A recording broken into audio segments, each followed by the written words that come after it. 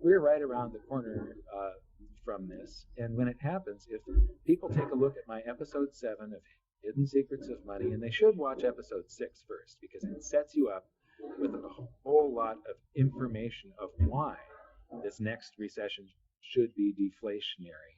And then episode 7 teaches people about the velocity of currency. In the long run, the quantity of currency determines prices, but in the short run, it's the psychology, it's the mood of the country that determines whether prices go up or down. And the mood of the country is what determines whether or not you go out to dinner and take your friends out and spend and have a good time and borrow currency and buy a house and buy a new car and a new flat screen TV. And every time you make transactions, the velocity of currency is how many times a single unit of currency, like a dollar, changes hands over a period of time, like a year.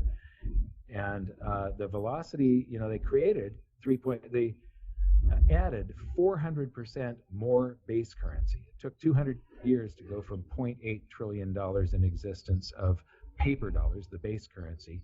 There was only 825 billion before the crash of 2008. And now there's 4 trillion. So they created another 3.2 trillion, 400% more, and put it on top of what we already had. That means they created 800 years worth of currency in just the past 6 years. And that's going to come back to haunt them. But it didn't cause retail price inflation. It only inflated a few asset classes. It inflated stocks, bonds, and real estate again, back into bubbles. And the reason that it didn't create any retail price inflation, or very little, it's actually more than they say it is. I believe that you know about John Williams' shadow government statistics and the pre-Ronald Reagan CPI. I think the truth is actually somewhere in the middle. But still, inflation is a lot higher than what they're saying it is. But with zero interest rates around the world and some negative interest rates, this is the market desperately trying to deflate, to set everything in balance once again. And the powers that be are all Keynesians, the world's central bankers, the people that run the global economy, believe in Keynesian economics. John Maynard Keynes, for any listeners that don't know who he was an economist during the 20s and 30s that came up with the theory that that governments should have an elastic currency supply that can expand when there's an economic downturn, and the governments can do a bunch of deficit spending and create jobs to try and lift us out of the downturns, the recessions. But then they're supposed to contract it again after the recession is over, and they've never done that. But negative interest rates are proof that Keynesian economics does not work. But I believe this next recession will be deflationary, because what we've seen so far is they created $3.2 trillion, but the velocity of currency fell to almost exactly neutralize the inflationary effect of that $3.2 trillion. So they added 400% to base currency, and it did nothing, because most of it is sitting on the bank's balance sheets and it doesn't circulate, it's parked. However, the banks get to use that for fractional reserve lending during the daytime.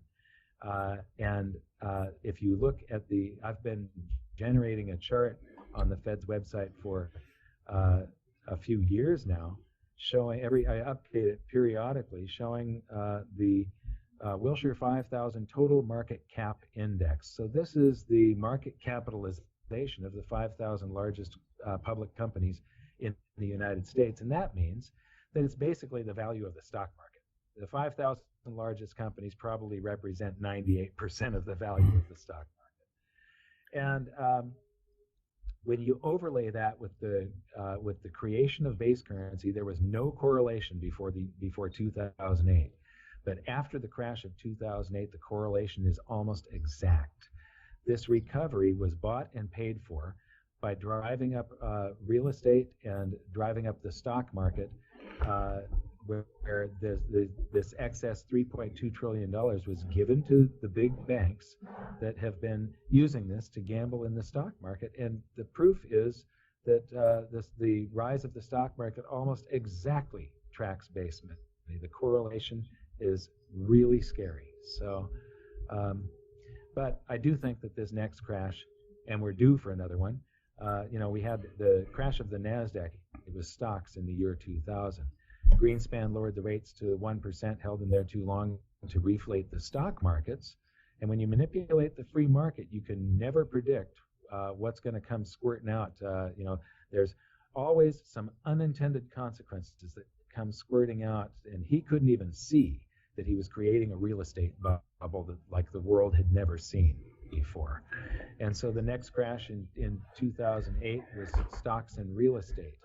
Well, now we're at the end stages of a 35-year-old bond bull market, and bonds have been pushed into a bubble, so the next crash that's coming up is stocks, real estate, and bonds, because real estate is also back into a bubble. This one's going to be worse than the previous crashes. The popping of a bond bubble is very deflationary. The bond bubble did not pop. The bond bubble just marched ahead forward during the last crash. So yes, this is going to be much more devastating and most likely deflationary. However, all the world's central banks, they're Keynesians, and they've already shown their cards. Their answer is to print and take interest rates down. Well, they can't take interest rates down too much below zero without going to a cashless society and outlawing paper currency, because people will start, if it's costing you 1, 2, 3%, 4% interest to keep your currency in the bank, you're just going to buy a safe and keep it at home instead. And so as they go into this deflationary collapse, the only bullet that they've got is to print and print and print until deflation starts to give way. The problem is, if the public is scared, and this time, episode 7 of Hidden Secrets of Money shows that, the crash of the Nasdaq, the baby boomers still had 20 years to recover if they lost something. The crash of the global crisis of 2008, in which they saw their IRAs went down after the crash of the Nasdaq. They recovered back to where they were in 2007, but then with the crash of 2008, their IRAs went down even further than they had gone in the crash of the Nasdaq. And now they've recovered. If you inflation adjust it, the stock markets are still 10% down from the year 2000, and that's using the CPI, which I like to call the CP lie. So the markets are really down even more than 10% when you're comparing them to how much goods and services you can actually buy.